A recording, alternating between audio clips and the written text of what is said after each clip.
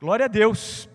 Então vamos lá, quero convidar vocês rapidamente a lerem comigo o texto base da mensagem dessa manhã. Vamos ler 1 Reis, capítulo 17, a partir do versículo 1. Vamos ler até o versículo 7. E aí nós vamos trabalhar essa mensagem nessa manhã. Então, 1 Reis, primeiro livro dos reis de Israel, 17, de 1 a 7, diz assim: Então Elias, o tisbita, dos moradores de Gileade, disse a Acabe: Vive o Senhor, Deus de Israel, perante cuja face estou, que nesses anos nem orvalho nem chuva haverá, senão segundo a minha palavra. Depois veio a ele a palavra do Senhor, dizendo: Retira-te daqui e vai para o oriente, e esconde-te junto ao ribeiro de Querite, que está diante do Jordão. E há de ser que beberás do ribeiro, e eu tenho ordenado aos corvos que ali te sustentem. Foi, pois, e fez conforme a palavra do Senhor, porque foi e habitou junto ao ribeiro de Querite, que está diante do Jordão. E os corvos lhe traziam pão e carne pela manhã, como também pão e carne à noite, e bebia do ribeiro. E sucedeu que, passados dias, o ribeiro se secou, porque não tinha havido chuva na terra. Amém, queridos? Bem, o tema da mensagem dessa manhã é comunhão. Nós vamos falar sobre a comunhão com Deus. E nós vamos analisar a vida de comunhão com Deus do profeta Elias. E nós vamos aplicar alguns conceitos dessa vida de Elias nas nossas vidas. Para você que está chegando hoje, nesses meses de abril e maio, nós estamos ministrando uma série de mensagens sobre os profetas Elias e Eliseu. São dois profetas do Senhor que têm parte das suas vidas registradas nas Sagradas Escrituras. Então, a vida de Elias começa a ser registrada aqui em 1 Reis 17, e depois nós vemos o seu discípulo, o seu pupilo, Eliseu, tendo também as suas experiências com Deus registradas nas Escrituras Sagradas. E para entender esse texto, em primeiro lugar, nós precisamos analisar o contexto, entender o que estava acontecendo na época em que Deus levantou o profeta Elias. Então preste atenção, o profeta Elias, ele surgiu de maneira meteórica, no momento de apostasia da nação de Israel. Era um momento de apostasia espiritual, um momento de crise política e também, como eu falei, de crise espiritual nessa nação. O rei dessa época se chamava Acabe, e Acabe foi um rei que fez o que era mal aos olhos do Senhor. Olha só, no capítulo 16 desse livro, nos versículos 30 a 33, olha só o que diz, 1 Reis 16, de 30 a 33, diz assim, ó: E fez Acabe, filho de Onre, o que era mal aos olhos do Senhor, mais do que todos os que foram antes dele. E sucedeu que, como se fora pouco andar nos pecados de Jeroboão, filho de Nebate, ainda tomou por mulher a Jezabel, filha de Etbaal, rei dos Sidônios, e foi e serviu a Baal e o adorou. E levantou um altar a Baal na casa de Baal que edificara em Samaria. Também fez Acabe um ídolo, de modo que Acabe fez muito mais para irritar ao Senhor Deus de Israel do que todos os reis de Israel que foram antes dele. Então vejam que até esse momento, Acabe foi o pior rei da história de Israel, o pior governante da história da nação.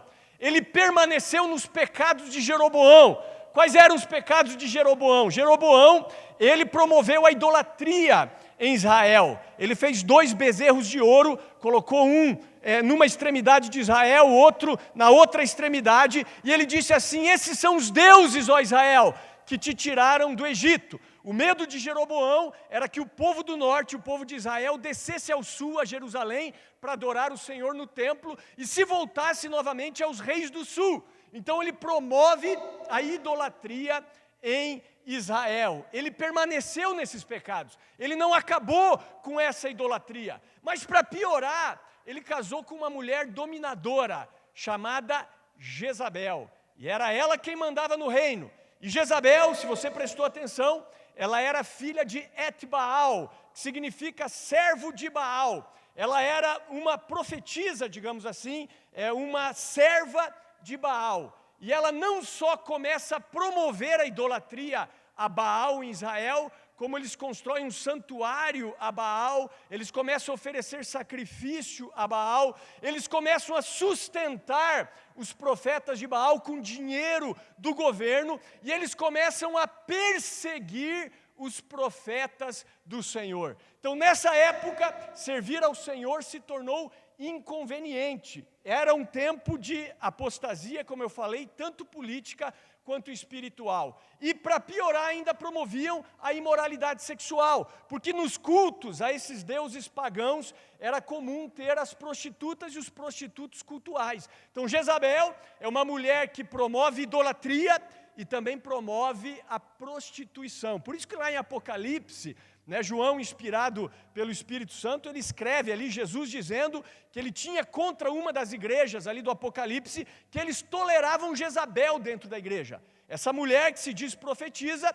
e que promove a idolatria e a imoralidade sexual. Então Jezabel muitas vezes atua ainda dentro da igreja. Esse mesmo espírito que atuava nessa mulher, às vezes atua dentro da igreja, promovendo idolatria, promovendo imoralidade sexual e perseguindo aqueles que são fiéis ao Senhor. Então Acabe, ele bateu todos os recordes de rebeldia. Ele não somente deu as costas a Deus, como deliberadamente se opôs a ele. Eu repito, ele dedicou-se à idolatria e promoveu a idolatria junto ao povo. E por causa disso corromperam-se os valores. Manter-se firme nos padrões de Deus passou a ser inconveniente. E hoje, trazendo para as nossas vidas, nós também nos encontramos nessa situação. Hoje não é conveniente você servir a Deus, não é verdade? Nós temos dito isso, que no Brasil hoje vale a pena você ser bandido, por exemplo. Essa aqui é a verdade. Nós vemos que ser bandido muitas vezes traz benefícios à sua vida. Você se manter fiel aos valores de Deus e aos valores das Sagradas Escrituras, muitas vezes fazem você ser uma pessoa impopular. E por isso, nessa época, muitos servos de Deus, eles estavam escondidos, eles estavam calados. E foi nesse cenário que Deus levanta o profeta Elias, dizendo no versículo 1, olha só, vamos reler, 1 Reis 17:1. Então Elias, o tisbita dos moradores de Gileade, disse a Acabe, chegou para o rei e disse: vive o Senhor Deus de Israel, perante cuja face estou, que nesses anos nem orvalho nem chuva haverá, senão segundo a minha palavra. Então nós vemos aqui três coisas, vamos relembrar, isso aqui foi dito pelo pastor Mauro na semana passada. Nós vemos em primeiro lugar que Elias tinha convicção da realidade de Deus, tão certo como vive o Senhor, Deus é real. Então ele tinha convicção da realidade de Deus. Ele também tinha convicção de que ele era um servo de Deus, um representante de Deus. Então, tão certo como vive o Senhor, perante cuja face eu estou. Ele não diz perante cuja face eu estava, eu estarei, perante cuja face eu estou. Eu estou aqui como representante, como um embaixador do Senhor. E aí ele diz, nem orvalho, nem chuva haverá nesses anos, senão segundo a minha palavra. Então Elias, ele tinha também convicção de que o poder de Deus estava à sua disposição. E segundo a sua palavra, durante 3 anos e 6 meses, não choveu em Israel. Então foi uma profecia baseada na própria Bíblia. Quando você vai lá para Deuteronômio, você vê Deus, através do profeta Moisés, dizendo que se o povo se desviasse de Deus e começasse a servir outros deuses, a cair na idolatria, um dos sinais seria que Deus fecharia os céus para que não viesse chuva sobre a terra. E Elias, então, baseado na palavra de Deus, ele profetiza que não choveria sobre a nação e seus arredores durante um tempo, senão segundo a sua palavra. Então, resumindo, no momento de apostasia, no momento de crise, no momento de declínio moral e espiritual, Elias aparece de maneira meteórica, profetiza um tempo de seca, e então Deus manda ele se retirar. Aqui que vem a crise, né? O cara começa o ministério dele, com tudo, profetiza um tempo de seca, aí olha só o versículo 2 e o versículo 3 de 1 Reis 17. Depois veio a ele a palavra do Senhor dizendo: retira-te daqui e vai para o oriente, e esconde-te junto ao ribeiro de Querite, que está diante do Jordão. Então aqui nós vemos a ordem de Deus, e a ordem de Deus é: se retire, se isole, fique sozinho. E Elias, ele obedeceu a ordem, se afastou de todos e buscou a proteção de Deus sozinho. Então aqui, queridos, nós temos um princípio de causa e efeito. Preste atenção, quando uma pessoa obtém resultados em público, ele os obteve primeiro na sua vida particular. Posso ouvir um amém? Por isso que Deus manda ele se retirar. É como um atleta, né? Eu que gosto de esporte, gosto de dar exemplos esportivos. Você vê um atleta ali de alto nível, tendo uma performance espetacular em público, ali no dia da competição. Saibam que isso é resultado de muito trabalho invisível, que poucas pessoas viram. De treino, de disciplina, de alimentação, de descanso. E essa vitória particular desse atleta, deu a ele uma vitória pública. Vocês conseguem entender? Então, na vida espiritual é a mesma coisa, não é diferente. Uma pessoa que transforma a sociedade em que vive, como resultado da sua fé em Deus, certamente é alguém que passa tempo em oração, a sós com o Senhor. É por isso que muitas pessoas não conseguem ser assim usadas por Deus, ou têm pouca fé para transformar o mundo. Por quê? Porque não cultivam um relacionamento de comunhão individual com Deus. Consequentemente, não possuem a convicção necessária para representá-lo em público. Então guarde isso, queridos. Toda vitória pública vem depois de uma vitória interna, vem depois de uma vitória particular. Então muitos querem ser heróis da fé, querem servir na linha de frente, mas erram, porque não levam em consideração o fato de que cada um dos heróis da fé passou bastante tempo orando a sós com Deus, meditando na palavra, sendo transformados no seu interior e na sua mente, antes de saírem em busca do inimigo. Então por isso que a ordem é: retira-te daqui, vai se esconder junto ao ribeiro do Querite. Elias, ele poderia ter pensado, né? Pelo menos eu pensaria isso. Como é que é, Deus? Você está falando a verdade? Agora eu acabei de começar o meu ministério. Agora é hora de brilhar. Agora é hora de aparecer. E o Senhor me manda eu me esconder. Então muitas vezes o homem carnal, ele não quer se esconder. Não é verdade? O homem carnal quer brilhar. É isso que eu digo para os irmãos querem púlpito muitas vezes, né? Mas quem quer começar de baixo, servindo, né? A gente sempre diz, ninguém entrou no ônibus agora e sentou na janela, né? É muito tempo se preparando para estar aqui no púlpito, para liderar, por exemplo, a igreja. Mas nós queremos estar em evidência. E se esconder é uma ordem difícil de ser executada em nossos dias, né? Porque nós abrimos o nosso Instagram e nós vemos muitas pessoas aí brilhando, né? E são muitas tarefas, muitas vozes exigindo a nossa atenção, e é muito fácil nos esquecermos do a sós com Deus. Então eu repito, antes de termos uma palavra em público, nós precisamos ouvir Deus no particular. Então, para que Elias fosse o líder, o profeta nos padrões de Deus, ele deveria passar tempo sozinho, ouvindo Deus, e só havia uma maneira de fazer isso na sua época: ele precisava se isolar. Então por isso a ordem de Deus é: retira-te daqui e vai até o ribeiro de Querite. Se você observar o Novo Testamento, você verá que Jesus seguia esse mesmo padrão de comportamento. Jesus, por várias vezes, ele se retirava para lugares isolados, não é verdade? Tem uma passagem que diz que ele levantou de madrugada, quando ainda estava escuro, e ele foi até um lugar isolado para orar. Por várias vezes ele mandava os discípulos se afastarem dele, irem para outro lugar, e ele diz: depois eu chego lá. E ele ia para um monte, por exemplo, e ficava a sós com Deus. Então, se até mesmo Jesus precisava estar a sós com Deus, quanto mais nós, não é verdade?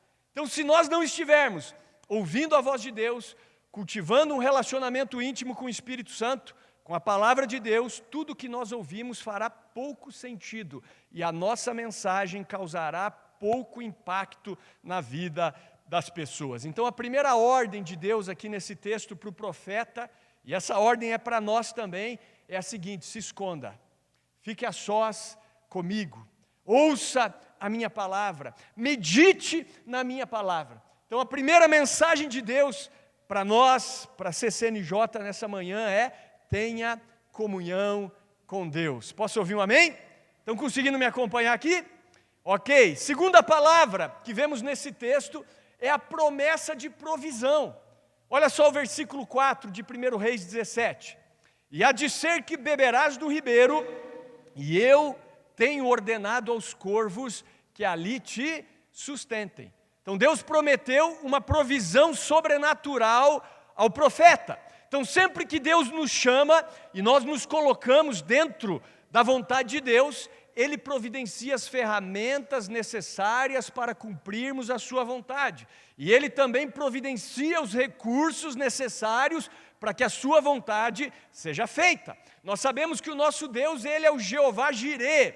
Ele é o Senhor que provê todas as coisas. Jeová Jirê significa o Senhor proverá. Então, nesse tempo em que ele estava ali retirado, nesse tempo de isolamento, onde ele estava cultivando a sua comunhão com Deus, ele bebia do ribeiro de Querite, e os corvos traziam para ele alimento.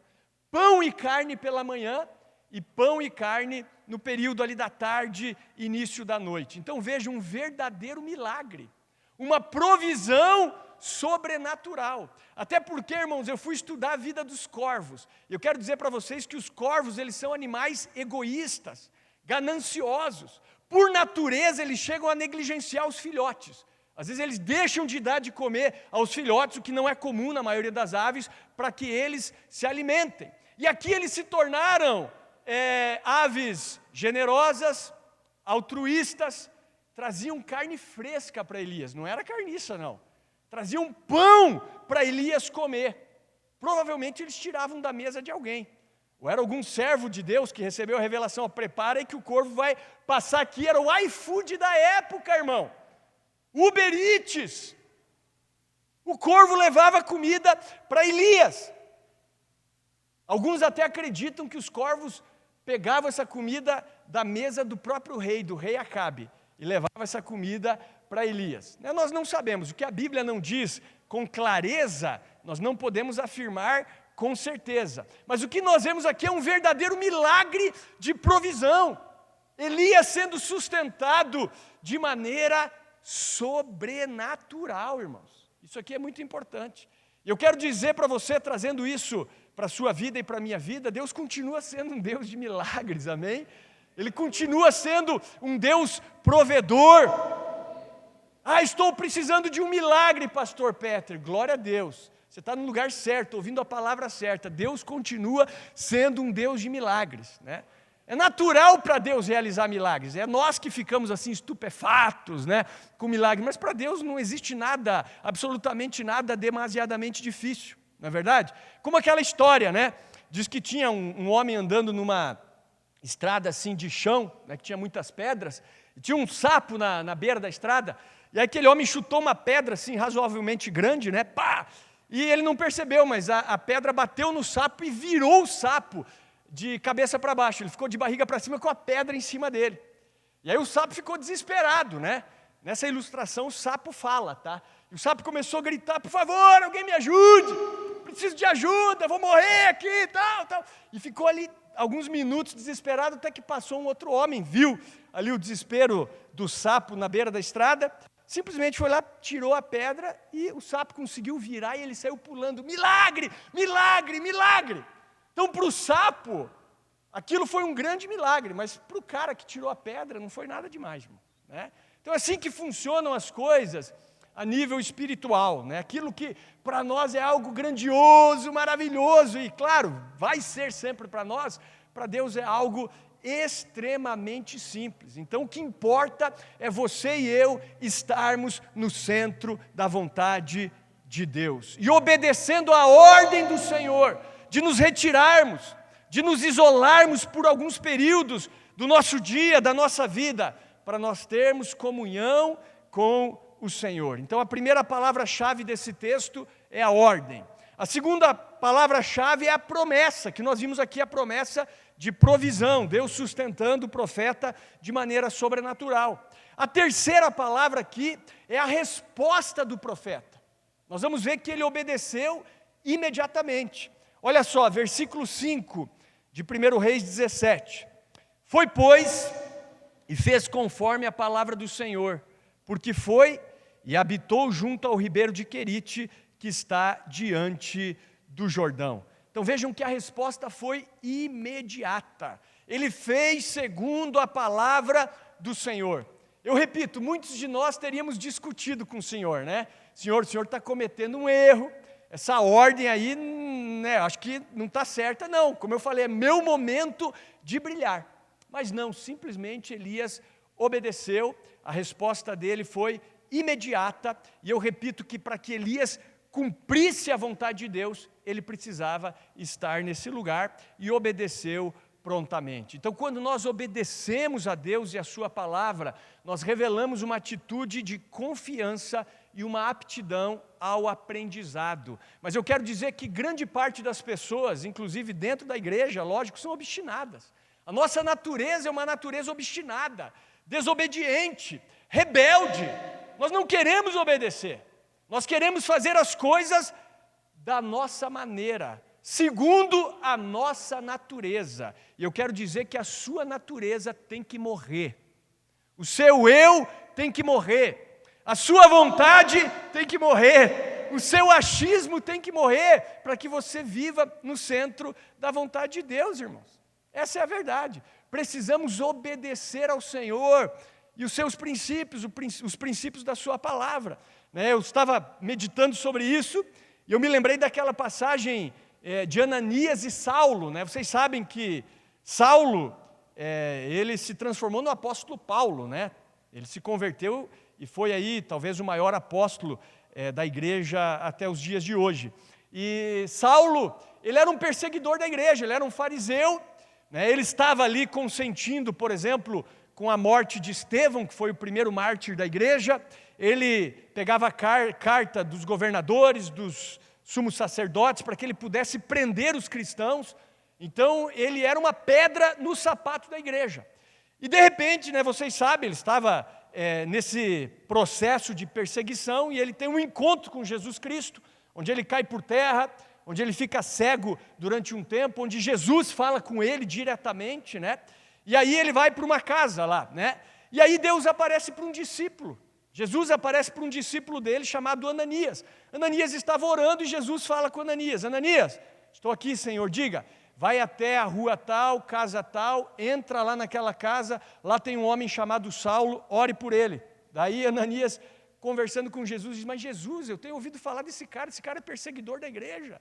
Ele prende cristãos, ele mata cristãos. E Jesus diz para ele: ele é um vaso escolhido nas minhas mãos, vá lá. O que Ananias faz? Obedece. Imediatamente, vai até a casa onde Saulo estava, onde ele recebeu a direção do Espírito Santo, e quando ele chega diante de Saulo, ele já trata Saulo como irmão. Ele diz: irmão Saulo, o Senhor Jesus me enviou aqui para orar por você, para que você seja restaurado na sua visão e receba o Espírito Santo. E a partir daquele momento, Saulo é curado da sua cegueira, recebe o Espírito Santo e inicia ali o processo de preparação para o seu ministério. Então nós vemos aqui a obediência.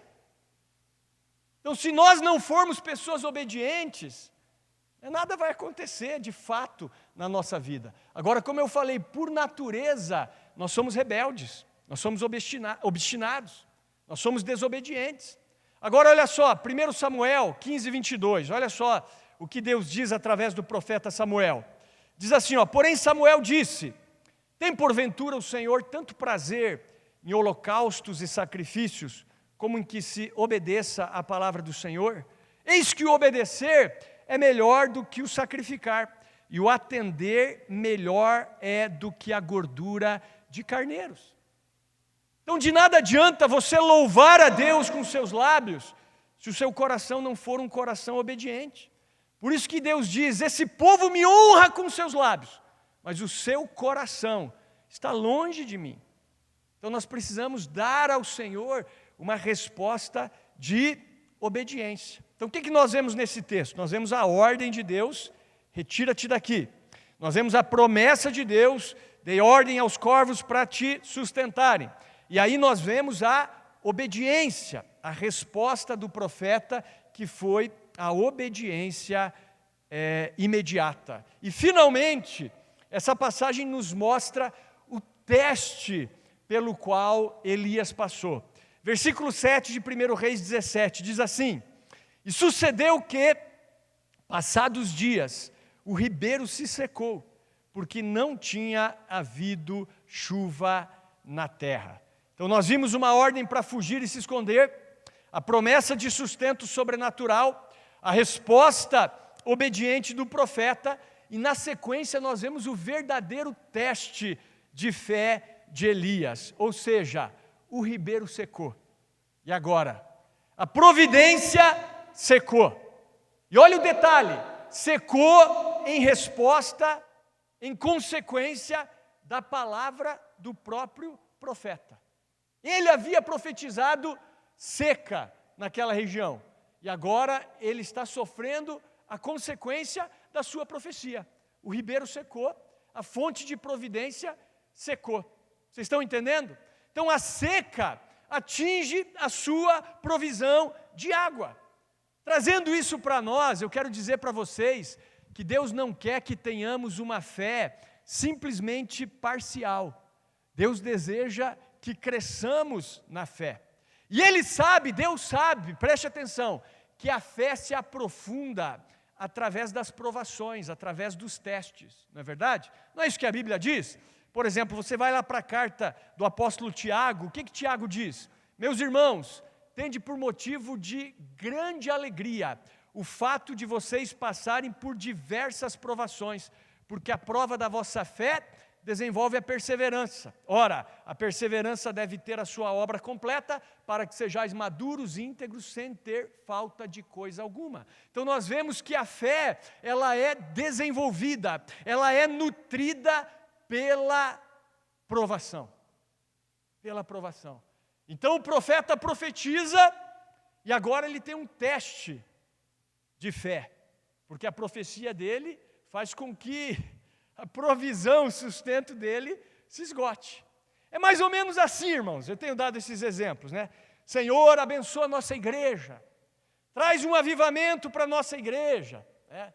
Às vezes nós oramos aquela palavra do profeta Ageu, se não me engano, né? Abala as coisas abaláveis, para que as inabaláveis permaneçam. Aí sai um grupo de pessoas da igreja, né? A gente não entende, fala, estou pedindo avivamento, está saindo pessoas, né? Mas é exatamente isso, irmãos. Deus às vezes precisa mudar coisas na igreja, não é verdade? Pessoas precisam sair, outras pessoas precisam chegar. Não quer dizer que essas pessoas são más, não é isso que eu estou dizendo. Mas talvez sejam as pessoas nos lugares errados, por exemplo, né? Então nós começamos a orar, e aí quando a resposta vem, nós não entendemos. E aí a gente diz, Deus, o que está acontecendo? Eu pedi avivamento, as pessoas estão saindo, estou respondendo a tua oração, por exemplo, né? Ou você diz, Senhor, eu me entrego totalmente nas tuas mãos, renuncio todas as coisas, quero viver dentro da tua vontade, e daqui a pouco você começa a passar por provações, doença, crises, desemprego, situações difíceis, humanamente falando, né? E aí você não entende, poxa, agora que eu me entreguei 100% ao Senhor, eu estou sofrendo. Exatamente. O sofrimento é que vai desenvolver em você e em mim o caráter de Cristo, irmãos. Nós já temos dito isso para vocês. Deus está mais interessado no seu caráter do que no seu conforto. Essa que é a verdade. Então, estar no centro da vontade de Deus é também passar por testes, é também passar por provações, porque na verdade a vida aqui na terra é uma série de testes. Então, o que está acontecendo comigo, pastor? Eu tenho certeza que eu estou no centro da vontade de Deus, obedecendo a palavra, e as coisas não estão bem. Nós conversamos isso na escola bíblica essa terça, né? Moisés foi chamado por Deus com 80 anos, né? Deus aparece para ele ali na sarça, no deserto, a sarça que pegava fogo, não se consumia. Deus fala com ele direto e manda ele se apresentar a Faraó. Quando ele vai se apresentar a Faraó, ele faz ali os sinais que Deus mandou, ele traz a palavra do Senhor para Faraó. O que Faraó faz? Faraó diz assim: que bênção, Moisés, Deus te enviou aqui. Não, vamos liberar o povo de Israel aí para adorar o Senhor no deserto. Não, Faraó aumentou a carga dos israelitas. Falou: vocês estão ociosos, por isso que vocês estão pensando em sair e adorar o Senhor. Então antes nós providenciávamos a palha para vocês fabricarem tijolos, agora não. Agora vocês vão ter que correr atrás da palha e vão ter que fabricar o mesmo número de tijolos que vocês fabricavam antes, quando nós providenciávamos a palha para vocês. Aí os israelitas chegam para Moisés e: Moisés, brincadeira, hein? Que história é essa de Deus falou com você, de nos tirar da escravidão? Desde que você apareceu para Faraó, as coisas pioraram para nós. Aí Moisés vai clamar a Deus, né? E aí Deus diz: calma, eu tô no controle aqui de todas as coisas. Eu estou endurecendo aí o coração de Faraó para que o meu nome seja glorificado. E aí você sabe de toda a história, né? As 10 pragas, inclusive estamos aí no mês de Páscoa, né? A última praga, que foi a morte ali dos primogênitos, ela vem depois da primeira celebração da Páscoa, e por aí vai. Então, realmente, quando você está fazendo a vontade de Deus, não pense que as pessoas vão adorar o que você está fazendo. Quando você traz muitas vezes a palavra de Deus, as pessoas te odeiam, na verdade.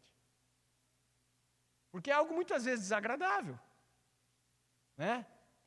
Por exemplo, Jesus ensinando sobre fé para os discípulos. Jesus passa um tempo falando sobre fé para eles, né? Aí depois eles têm o teste da fé. Eles entram num barco e vão atravessar o mar da Galileia. O que acontece? Uma forte tempestade, fortes ventos vêm ali naquele local e está a ponto de virar, de fazer com que o barco naufrague. E os discípulos eram pescadores experientes, irmãos. E eles estavam ali desesperados. Agora olha o detalhe, o que Jesus fazia? O barco quase afundando, o que Jesus fazia? Isso é fé, irmão. Ele dormia tranquilamente na polpa do barco. Alguém conseguiria dormir num barco aqui quase naufragando no meio de uma tempestade, irmãos? Acho que não, né? Os discípulos estavam desesperados. Aí eles acordam Jesus: mestre, não te importa que pereçamos? Jesus está no controle de tudo. Levanta, aquieta-te, aquieta o vento, a chuva, o mar, e agora se torna uma grande bonança. O que Jesus fala para os discípulos? Por que vocês são tão tímidos? Por que vocês não têm fé? Acabei de ensinar para vocês sobre fé, agora era hora de pôr a fé em prática. Vocês foram reprovados, basicamente é isso. Então, sempre que o Senhor nos ensina algo, Ele vai nos provar, Ele vai nos testar.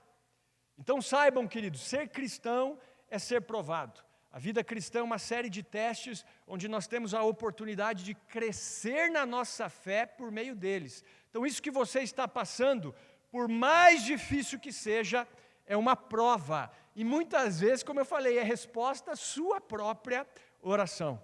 Você faz uma oração que vai de encontro à vontade do Senhor e o Senhor começa a agir. Por exemplo: Senhor, eu oro, eu quero ser mais parecido contigo. Já fez essa oração ou não? Essa oração é uma oração poderosa, irmão. Está dentro da vontade de Deus. A Bíblia diz que se você pedir alguma coisa de acordo com a vontade de Deus, Ele vai te responder. Essa oração é dentro da vontade de Deus, né? Mas aí você pede: Senhor, eu quero ser parecido com Jesus, né? O que você quer? Você quer fazer milagre igual Jesus? Você quer o quê? Aí você começa a ter provação, irmão, né? Por quê? Porque a Bíblia diz que Jesus aprendeu a obediência como? Por meio daquilo que Ele sofreu, por meio daquilo que Ele padeceu. Então não é para você não fazer, é para você fazer e estar preparado, preparada, porque os testes virão na sua vida. Posso ouvir um amém aí? Opa, você está comigo ainda? Então Elias profetiza a seca, e agora ele tem a sua provisão de água interrompida por causa da seca que ele profetizou. Mas ele não se desespera, ele é aprovado no teste. ele aguarda a palavra do Senhor, ele sabe quem o chamou, ele sabe que está no centro da vontade de Deus. Então ele aguarda um segundo comando, sem murmurar, sem reclamar, sem questionar. E eu digo para vocês que quando uma fonte de provisão seca, pode ser um sinal de que Deus vai providenciar uma outra fonte. Então o secar do ribeiro, aqui para Elias, apontava para uma mudança, apontava para uma nova estação. E a continuação do texto diz que ele recebe o comando divino para se dirigir a uma região chamada Sarepta e Sidom. Deus diz assim: vai até a região de Sarepta e de Sidom, porque lá eu ordenei a uma viúva que te sustente. E aqui eu vou contar a história, para nós não demorarmos muito e já finalizar a mensagem, né? Então o que acontece? Ele vai até essa região, até Sarepta e Sidom, e ele fica ali à porta da cidade. De repente ele vê uma viúva saindo para catar gravetos. E aí quando a viúva está entrando em casa, ele diz assim: pega um pouco de água para mim. E aí quando ela entra para pegar água, ele diz assim: ó, e traz também comida, traz um pedaço de pão para mim. E aí a viúva olha para ele, reconhece, não sei como, que ele é profeta, e diz assim: tão certo como vive o Senhor, o teu Deus, eu só tenho um punhado de farinha aqui numa botija, e um pouquinho de azeite numa vasilha, e eu vou fazer aqui um bolo, para que eu coma com meu filho, e nós vamos morrer, porque a gente não tem mais provisão. Aí Elias diz assim: faz o que você fez, né? Faz esse bolo aí, mas primeiro traz para mim, porque assim diz o Senhor: a farinha da botija não vai acabar, e o azeite da vasilha também não vai acabar, até que volte a chover sobre a face da terra. E ela obedece à palavra do Senhor, ela prepara ali o alimento, e traz para o profeta Elias. E aí Elias passa muitos dias com essa viúva, e aquela farinha foi multiplicada, a farinha não acabava, aquele azeite foi multiplicado, o azeite não acabava, até que chega um momento em que o filho dessa viúva, ele fica doente, e ele morre. E quando ele morre, ela olha para o profeta e diz: pô, por que você veio aqui para mostrar os meus pecados? Agora meu filho está morto. E aí Elias pede para ver ele, pega o menino, leva até o segundo andar ali onde ele estava hospedado na casa da viúva, coloca o menino sobre a sua cama, deita sobre o menino, ora ali, deita sobre o menino, e o menino ressuscita. E ele devolve então o menino à sua mãe. E a mulher então reconhece e diz: agora eu vejo que você é verdadeiramente um homem de Deus. E qual é o princípio que eu quero extrair dessa outra parte aqui do contexto dessa história que nós já ministramos? O princípio é que quem abençoa é abençoado. Posso ouvir um amém? A viúva abençoou o profeta Elias, e quem foi abençoada? Quem foi abençoada foi a viúva. Ela honrou a Deus através do profeta. Quando ela reconhece que Elias era um homem de Deus e honra ele, ela está honrando a Deus. E Deus supre as necessidades dessa mulher, do seu filho, e ressuscita, inclusive, o seu filho quando ele vem a morrer. Então veja, quem abençoa é abençoado. Se você quer ser abençoado, você precisa aprender a abençoar. Se você quer ser abençoado, você precisa aprender a honrar. O que é honra, pastor Peter? Honra é quando você reconhece alguém e investe nessa pessoa, né? Não só uma pessoa, você pode fazer isso com teu pai, você pode fazer isso, sei lá, com uma pessoa que você quer honrar, mas principalmente a Deus. Por isso que o pastor Marcos falou aqui na hora do dízimo, né? Provérbios 3, 9 e 10, honra o Senhor com os teus bens e com as primícias de toda a tua renda. Então se encherão de trigo os teus celeiros e transbordarão de vinho os teus lagares. Então quem honra é honrado, quem abençoa é abençoado. Então veja como o fruto dessa mulher colocar Deus em primeiro lugar. Ela, durante o período de seca, foi suprida, e no momento em que ela teve necessidade ali, né, uma necessidade extrema, né, o seu filho morreu, o profeta estava ali para ressuscitar o seu filho, amém? E assim eu quero dizer que ela deu do pouco dela, não é, irmão? Assim a gente vê muitas vezes que as pessoas que menos têm são as mais generosas às vezes, essa é que é a verdade. Nós já nos constrangemos aqui na igreja, assim, com ofertas de pessoas que deu vontade de devolver, irmãos, né? O pastor Marcos sabe do que eu estou falando, que quando entrou ali o envelope, a gente falou: nossa, essa pessoa aqui Cara, a gente sabe da situação dela e olha a oferta que essa pessoa deu, né? Era algo assim extremamente constrangedor, né? E com certeza essa pessoa hoje está sendo poderosamente abençoada. Ainda temos contato com ela e ela está sendo sim abençoada. Porque fez isso, não porque alguém falou. Pode ver, ninguém obriga você a fazer nada, nem pede para você fazer nada. A gente ensina o princípio. Cada um aqui obedece se quiser, faz aquilo que quer. Se não quiser, não faz. Mas nós entendemos que aqueles que abençoam, eles são abençoados. Então o que nós vemos aqui nessa passagem é a ordem de Deus, é a promessa de Deus de provisão, é a resposta do profeta e o teste pelo qual ele passa.